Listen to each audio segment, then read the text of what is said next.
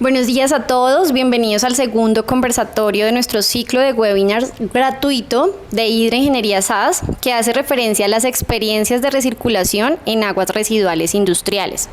Agradecerles de antemano su asistencia. Hoy nos acompañan dos ingenieros expertos de nuestra empresa que cuentan gran experiencia y trayectoria. Nuestro primer expositor es el ingeniero Rubén Darío Pinzón Camacho, es ingeniero sanitario de la Universidad del Valle, cuenta con un Master Science de Ingeniería Civil en el área hidráulica y saneamiento de la Universidad de Sao Paulo, socio fundador y gerente técnico de Hydra Ingeniería SAS desde 1986 hasta la fecha, socio fundador de Conhydra S.A. desde 1996 hasta la fecha, director de consultoría en Conhydra S.A. de 2007 a 2020, fue docente universitario en pregrado de la Universidad Libre de Pereira y posgrado de la Universidad del Valle y Surcolombiana, gerente de consultoría de los sistemas de acueducto y alcantarillado del distrito de Buenaventura, Hidropacífico S.A. desde 2011 a 2021. Nuestro segundo expositor es el ingeniero Gustavo Alberto Arcila Montoya, es ingeniero químico de la Universidad Nacional de Colombia, ingeniero de proyectos con especialidad en calidad de agua, ingeniería de procesos en agua potable y aguas residuales. Su campo de trabajo ha sido desarrollado en empresas de servicios públicos, entidades públicas ambientales y en el sector privado en suministro de agua potable y tratamiento de aguas residuales, tanto industriales como domésticas. Cuenta con experiencia en Colombia, Ecuador, Panamá y El Salvador. También el ingeniero Rubén cuenta con gran experiencia en Colombia, Perú, Honduras, Guatemala y Brasil. Como aliados tenemos a Conhydra, POME, Biotech, GSB Ingeniería y la marca SATEC, que es el resultado de una alianza entre Hydra Ingeniería SAS y INDEP SAS, que tiene como objeto brindar soluciones ambientales de tratamiento de aguas residuales con tecnologías innovadoras que aplican conceptos de economía digital y economía circular. Bienvenidos nuevamente. Recuerden que durante el webinar tendremos habilitado el chat para que ustedes puedan ir dejando sus observaciones, inquietudes o dudas y las iremos respondiendo en orden de llegada. No siendo más, los dejo con estos expertos en la materia. Muchas gracias. Muchas gracias, Laura Juliana, por esa buena introducción. Estamos entonces acá en nuestro segundo webinar relacionado con las 4 R's del agua, en particular de las aguas residuales industriales.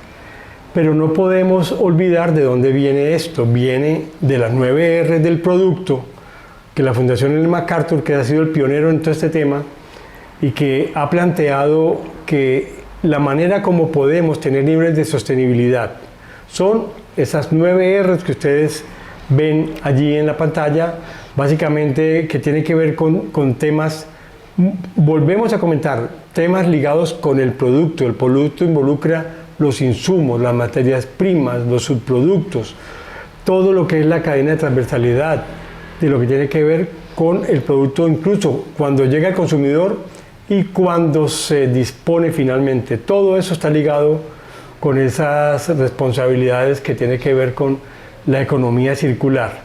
Entonces, esa economía circular para producto plantea que hay que reparar, que hay que restaurar, que hay que remanufacturar, rediseñar, o sea, rediseñar para lo que ya existe, y para el nuevo diseño, para el nuevo producto, hay que hacer el ecodiseño o el diseño sostenible desde el principio, para que muchas de estas cosas que toca hacer ahora en el tema de la 9R, ya uno desde el diseño las pueda reevaluar.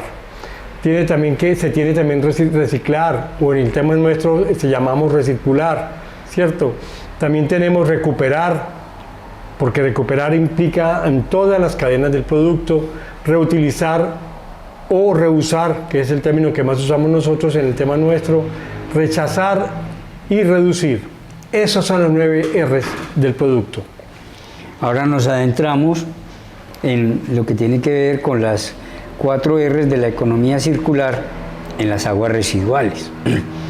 Como bien lo mencionaba el ingeniero Rubén, entonces hablamos de reutilizar el agua en otros procesos o en otros sectores asociados al mismo sector productivo, reducir nuestros consumos con el objeto de aprovechar al máximo este recurso que cada vez es más escaso, recuperar también asociado al tema anterior en el sentido de que debemos recuperar el agua de otras fuentes y otros sectores para aprovecharlo internamente. Y en este momento el que nos está llamando a estas reflexiones es la recirculación de las aguas residuales para un mejor aprovechamiento, ya que este recurso cada vez es más escaso y lo vamos a mirar en diversos sectores industriales, que son los que vamos a pasar a detallar enseguida. Obviamente vale la pena mencionar de que lo que nosotros vamos a presentar acá son unos casos específicos, sin embargo las R's de la economía circular aplicadas a las aguas residuales aplican a muchos sectores. Ya habría que empezar, es como la reflexión a la que estamos invitando hoy. Muy bien, Gustavo, me parece interesante porque cuando hablamos de recircular, en este caso particular, y las otras tres R's, como vieron en la diapositiva anterior, cualquier industria, de la complejidad que sea, o lo primaria que sea, todas pueden hacer las 4 R's del agua. Estamos tocando aquí el tema entonces de recirculación, Sí, ¿cierto, señor. Gustavo? Entonces recordamos que recirculación, o sea, recircular es el uso de las aguas residuales industriales, ¿cierto?, en operaciones o procesos unitarios que están dentro de la misma cadena o la misma actividad económica, Correcto, ¿cierto? correcto. La misma actividad económica que genera esa agua residual aplica para recircular. Y además también debe tener una característica de que debe ser del mismo usuario, que eso es lógico, ¿no? Es lógico Correcto. que sea el mismo usuario.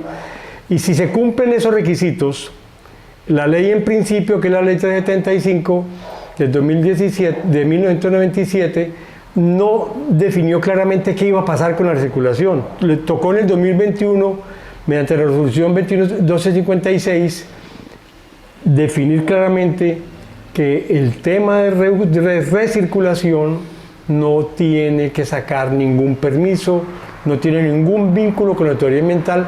Solamente quien quiera recircular, por estar en un tema muy interno, debe necesariamente informar solamente a la entidad reguladora. Es correcto.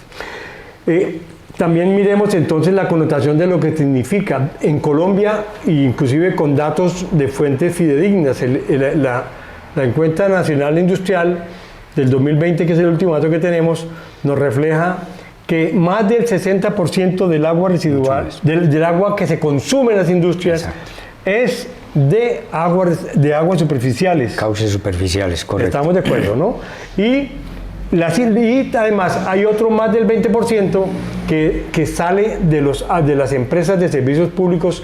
¿Por qué? Porque en el primer caso, la mayoría de las empresas están cerca de un cauce, están fuera del área urbana, y entonces requieren captar su agua. O hay muchas que estando dentro del área urbana captan por sí sola. Pero hay otras que estando en el área urbana solamente tienen acceso al agua que la empresa de acueducto les brinda, y de ese orden estamos hablando más del 20%. ¿Qué significa esto? Que solo estos dos consumos representan más del 80% y el impacto que genera en la naturaleza solo en el cauce superficial, porque el 15% es para las aguas residuales, las aguas subterráneas de captación, ¿cierto? Y un 3% para otro tipo de usos como lluvias y como otro tipo de opciones. Entonces, ahí está reflejado la problemática, que si uno se pone a dimensionarla, vamos a caer, mejor dicho, en temas dramáticos. Por eso, ingeniero Gustavo, vamos a comentar de los beneficios y desafíos que implica este tema de la recirculación. Correcto. Definitivamente los desafíos son grandes, los retos son mayúsculos. ¿Por qué recircular? Porque definitivamente estamos ante, primero, una escasez muy grande del recurso hídrico, como bien lo mencionaba el ingeniero Rubén, porque cada vez se capta más el agua de fuentes superficiales y cada vez es menos disponible. Si a eso le incrementamos todo lo que tiene que ver con estos cambios climáticos de ahora. Por otro lado, tenemos que mediante la recirculación se cierran algunos procesos cuyo objetivo es a mayor largo plazo o mediano plazo, y dependiendo del sector, lograr la descarga cero. Es decir, que todo el agua que se implementa en la empresa y las aguas residuales que se generan van a ser nuevamente reintroducidas en sus procesos. Gustavo, de pronto le hago una complementación. Ese tema de descarga cero no es de aguas residuales industriales, no es de ayer ni de antier. Sí, señor. Incluso de aguas residuales domésticas también. Cuando uno plantea descarga cero, esa descarga cero viene desde casi que desde la época en que nosotros estábamos estudiando. Uno hablaba ya de descarga cero. Imagínense todo el tiempo que ha pasado y seguimos todavía con que solamente en muy pocos casos tenemos de experiencia idealizando, valiosas. correcto. ¿Sí? Por otro lado, con relación a por qué debemos recircular, tenemos que, de esta forma, estamos minimizando el impacto ambiental. ¿Por qué? Porque en la medida en que consumimos menos agua o la volvemos a recircular para aprovecharla al máximo, van a ser menores las descargas, con ello el impacto ambiental. Y un punto que quizás no puede dejarse aparte, porque siempre para los empresarios la parte de los costos asociados a una cosa u otra, entonces ahí, si reducimos el consumo de agua, reducimos los costos asociados a este insumo, que puede ser un insumo importantísimo para el sector industrial del cual estemos hablando. Y miren, Gustavo, que uno llega y dice, pero bueno, reducir de costos ¿cómo? Lo que pasa es que el ciclo del agua es uno solo, el ciclo del agua es integral. Entonces, cuando uno plantea, y tiene que ser políticas de Estado las que aparezcan aquí, correcto, no podemos permitir simplemente, como lo hemos dicho, que la recirculación dependa de los empresarios. Tiene que haber algo mucho más que como política. ¿Por qué? Porque es que resulta que cada que captamos agua, estamos hablando de agua que cada vez es más escasa, con deforestaciones, aguas arriba de las fuentes, de las captaciones y de la fuente en general. Entonces, eso implica tener que reforestar, implica toda una serie de políticas de Estado que necesariamente hay que trabajarlo de la mano público-privada. Sí, yo creo que ahí hay un tema interesante. Y bueno, ya miramos unos aspectos importantes con relación al por qué recircular. Vamos a mirar ya presentar unos aspectos que tienen que ver con unos beneficios asociados, que están directamente relacionados con los aspectos que se comentaron hace un momento. Primero, fundamental, la conservación de los recursos. Como mencionaba el ingeniero Rubén, no es solamente el recurso agua, porque es que cuando preservamos el recurso agua hay otros elementos complementarios asociados a eso. Las fuentes naturales, también tenemos que ver que se minimiza la presión sobre los recursos, hablamos ahí también de todo lo que tiene que ver con el uso de la tierra. Está también lo que tiene que ver con la seguridad en el suministro del agua para los diferentes procesos. Ya se disminuye un poco la dependencia de un suministro externo para nuestros procesos. Y con ello, y amarrando, como lo mencionamos ahora, la reducción de la contaminación, que quizás es un aspecto muy importante que lastimosamente a veces pasa un poco de largo. No sé si ingeniero tiene un... No, está claro. O sea, recircular es beneficio para el planeta, recircular es beneficio para la sociedad. Necesitamos concientizar mucho más al industrial, porque en este caso en Colombia, donde las fuentes de agua somos uno de los países con más recursos hídricos del mundo, entonces eso hace que la gente sienta que no es necesario recircular, pero deberíamos todos pensar que estamos en un desierto del Sahara, que estamos en un Israel, en países donde no hay agua y en donde sentamos que esa presión del agua que hoy creemos tener, mañana va a desaparecer. Y nosotros estamos contribuyendo a eso. Amarrado con esos beneficios están los desafíos que nosotros tenemos entonces. Fíjense que esos desafíos que se tienen están muy ligados, y aquí ya hablamos, volvemos a insistir en el tema de la política de Estado con respecto al tema de normatividad, porque la norma realmente, digamos que es sana cuando plantea que no debe tener que tramitar permisos de ninguna índole en la norma por cuando usted recircula, sí cuando rehúsa. que son temas diferentes. Ya lo mostramos en el webinar número 1 que tuvimos, ¿cierto? Pero entonces, como usted no tiene la obligación de tener que recircular, nosotros consideramos que hay necesidad de ajustar esta normatividad de tal manera que permita incentivos hacia los empresarios, porque cuando uno recircula, la recirculación puede involucrar procesos de tratamientos avanzados, ¿cierto? Que para poder cumplir con esa calidad de agua que se requiere en el mismo proceso, pues va a requerir unos estándares muy importantes que hacen que la mayoría de las veces tengamos que manejar tratamientos terciarios, tratamientos avanzados, tecnologías de punta, y eso tiene unos costos de inversión inicial muy altos y tiene unos costos de operación y mantenimiento por el mismo sentido. Entonces yo creo que por ahí va el camino. Llegamos a un punto que nos muestra a nosotros, digamos que es lo que atrae a toda la gente con respecto a lo que son algunos casos específicos. Vamos a mostrar solamente algunos casos, ¿cierto? Y lo que ha significado cada uno de esos casos para el medio ambiente. ¿Por qué? Porque esos casos nos van a permitir mostrar que eso se puede aplicar, como hemos dicho, en cualquier proceso, llámese de industria, llámese de servicios, como hemos comentado. Entonces comenzamos con el primero. Un primer caso que ya lleva casi 25 años funcionando, o sea que eso no es de ayer ni de antier, no había norma en aquella época de recirculación, no había norma de nada.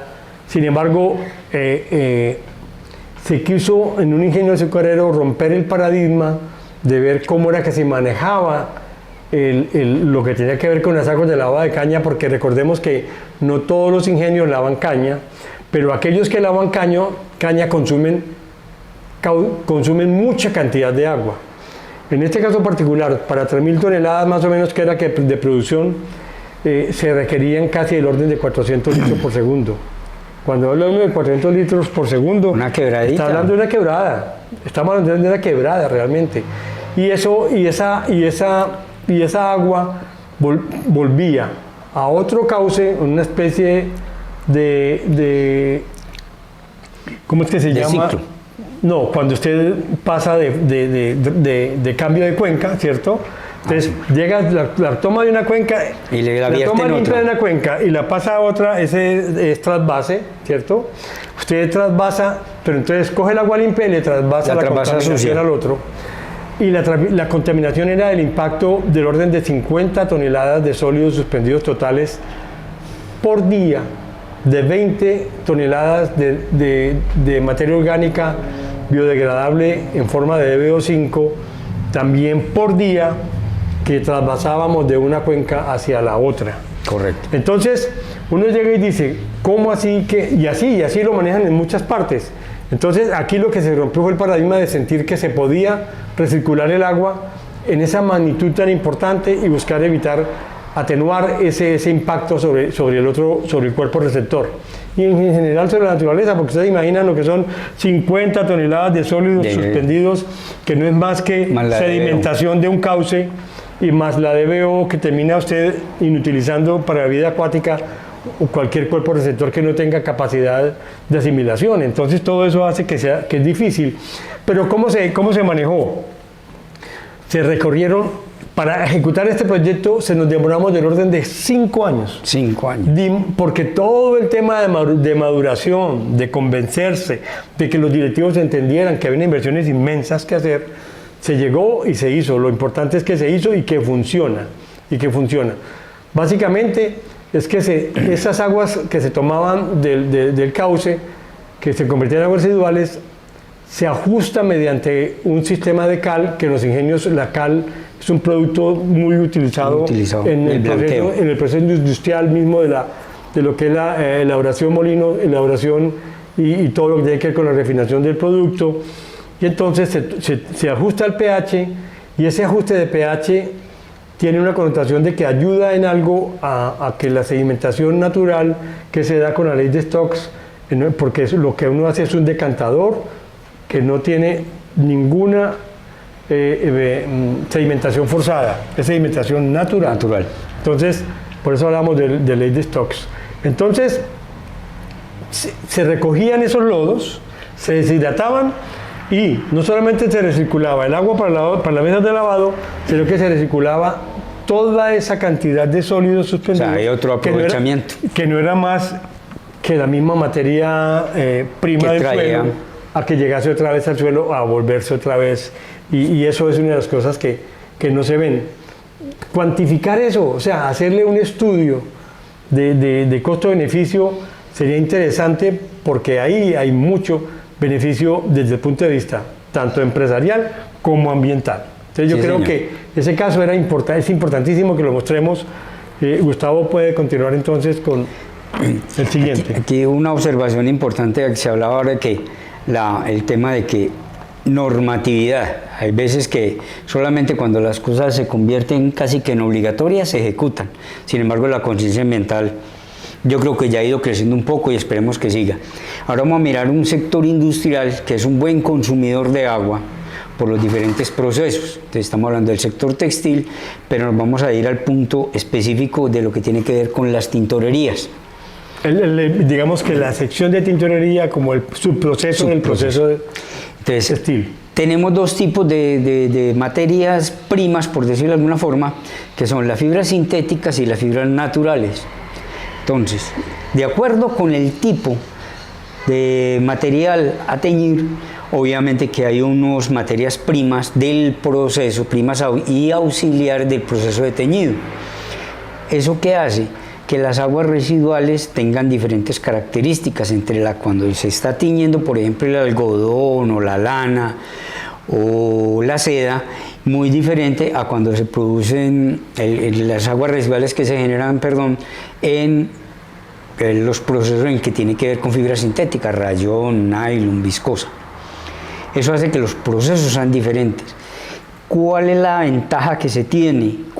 ¿Dónde se podría implementar aquí la economía circular en las aguas residuales?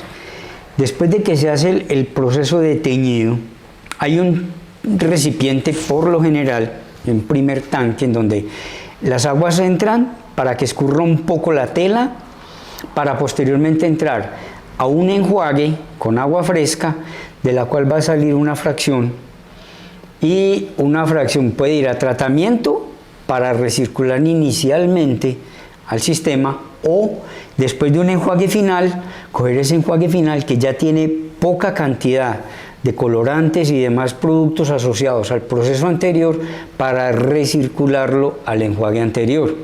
De esta forma se aprovecha al máximo el agua que se emplea en los procesos de teñido, en este caso en el sector textil de la tintorería. Y fíjese, Gustavo, que si quiere devolvernos un momento a la anterior, eso que está en rojo en el diagrama es lo que normalmente se hace, porque les conviene a los industriales, porque no solamente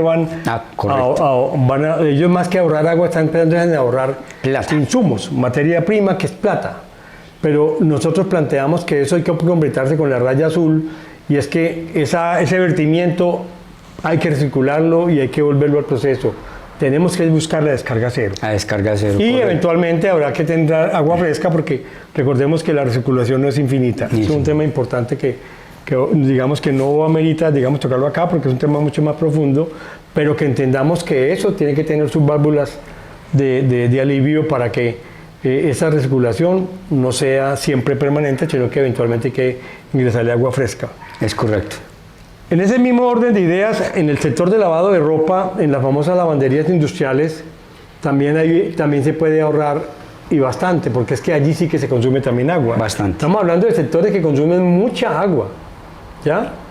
Y entonces aquí, por ejemplo, tenemos el lavado de ropa industrial de hotelería, de empresas que mandan a lavar sus uniformes en cantidades, ¿cierto?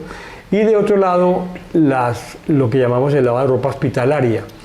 Cada una, así los procesos son similares, cada una tiene su propia connotación de manejo. No se pueden mezclar, hay que tenerlos por separado. Y en el fondo, en general, para cualquier lavado de ropa, hagamos de cuenta que estamos como en la casa, ¿cierto? Solo que a nivel industrial hablamos de magnitudes, ¿ya? ¿Qué hace cuando ingresa la ropa? Hay que remojarla, ¿cierto? Entonces ahí ingresamos con agua fresca. Normalmente se con deja en agua un fresca. modelo, en un recipiente tipo batch o por tandas, ¿cierto? Y allí, después de que se remoja, viene la ropa, se viene entonces la etapa propiamente que llamamos de lavado, que esta etapa de lavado donde le agregamos todos los productos que dependiendo del tipo de ropa que sea, que se van a encargar de quitarle toda esa contaminación, toda esa mugre que llamamos, ¿cierto? Y todo ese tema, en el caso de la ropa hospitalaria, de lo que prepara para que todo ese tema de infecciones queden por fuera. Entonces, eso forma parte de esa etapa en donde se agregan productos químicos y además también se agrega agua fresca. Agua fresca en el comienzo siempre. Correcto. Siempre tiene que haber agua al comienzo porque necesitamos es que entendamos que cada que usamos el agua volvamos a buscar cómo la recirculamos. Y aquí pasa igual que en el anterior caso cuando decíamos que miremos que es que hay varios enjuagues y entonces hay un enjuague en el que conviene retomar otra vez agua porque es costo, pero no solamente es esa la que hay que tratar la del enjuague 1, que esa hay que, porque es que esa es la que está botando. No, queremos que no se bote, que se recircule.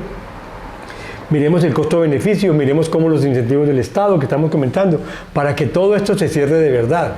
La gente, inclusive el mismo reuso, cambiando de tema, el mismo reuso, Gustavo, siento que tiene pues mayores ventajas en algunos casos, es reticente la gente a hacerlo, Sí, señor. porque tiene que cumplir con temas de trámites, De normatividad. y además porque también cuesta. O sea, tiene una cantidad de connotaciones y eso es algo que le pedimos al Estado que entienda que necesitamos discutir sobre el tema. Eso hay que hacerlo, hay que discutir sobre el tema. Entonces, ¿por qué? Porque nosotros necesitamos que en este sector toda esa agua que se produce en el enjuague 1, que es la que se desechan, no le interesa a ellos, pero se va para el alcantarillado, se va a parar directamente al cauce, esa agua debería tratarse y volverse condición de nuevo para que comience el proceso. Para el inicio del proceso, Sigamos, que es la parte Gustavo, del remojo. Ahora entramos a otro sector que es bien interesante. y un poquito complejito, porque ya estamos hablando de otros compuestos muy diferentes, en donde la mayoría son Metales inorgánicos y están los metales pesados, que es el sector de la galvanoplastia. El sector de la galvanoplastia, entre comillas, no es más que recubrir una superficie metálica o plástica con un recubrimiento metálico, llámese decorativo, por protección, diferentes alternativas que para ellos se emplea. ¿Qué tenemos en estos procesos? Que el agua residual, de una vez salen las piezas del baño, que es como se conoce normalmente cada uno de los recipientes a los que va pasando y en donde están todos los insumos para el depósito del metal, van pasando de una serie a otra, y entonces el primer enjuague a veces lo llaman recupero, y es precisamente por eso, para que las sales de los compuestos se recuperen ahí al máximo antes de pasar al enjuague, para que con esos enjuagues evitar la contaminación de los baños subsiguientes. Entonces, si el baño subsiguiente se me contamina, ya el acabado final no es el que se espera. ¿Qué se propone? Primero, recircular lo del baño del recupero, que hay una parte importante. Y una segunda sería, más adelante, con unos tratamientos de las aguas residuales que se generan en las diferentes etapas, llevarlas a un solo punto, tratarlas y redireccionar esas aguas residuales para que sean aprovechadas en unos enjuagues que puede ser de los desengrases, donde los requerimientos de agua sean, como calidad de agua, sean un poco menor. Fíjese, Gustavo, que ahí planteábamos, si quieres devolver un poquito, ahí planteábamos que aquí está planteado el esquema convencional de la galvanoplastia, donde habla descargue. No, correcto. Descargue no. Trate y recircule, descarga cero, esa es la meta. La circulación camina a descarga cero. Entonces yo creo que por ahí es interesante Esta presentación que hemos hecho de una manera, digamos, muy sucinta, pero también tratamos de hacerlo desde el punto de vista conceptual, que le quede a todos la intención de hacer, de que el planeta, todo el mundo lo dice, de todas partes lo plantean. El planeta se termina y somos la generación que podemos hacer algo. Esta es la generación que puede hacer algo. La generación que viene va a sufrir las consecuencias. Entonces, recibe nuestros productos. Entonces, por eso nosotros, a nombre de Hydra Ingeniería, ¿cierto? Nuestra empresa, hemos presentado algunos casos, te podemos mostrar algunos, podemos tener algunos más, pero queremos hacer una introducción, una sensibilización. Exacto. Esa es la intención de Hydra con las 4 Rs. Las 4 Rs que Hydra plantea y que lo plantea la Fundación Ellen MacArthur desde su tema de producto, y nosotros hemos traído nuestras 4 Rs, están ligadas con la búsqueda de no acabar con el recurso agua. Muchas gracias, y Hydra sigue estando ahí. Estamos atentos a cualquier requerimiento que nos hagan y estamos dispuestos a prestarles nuestro conocimiento. Muchas gracias. Muchas gracias, y quedamos atentos a las inquietudes que puedan tener. Muchas gracias, Gustavo. Muchas gracias.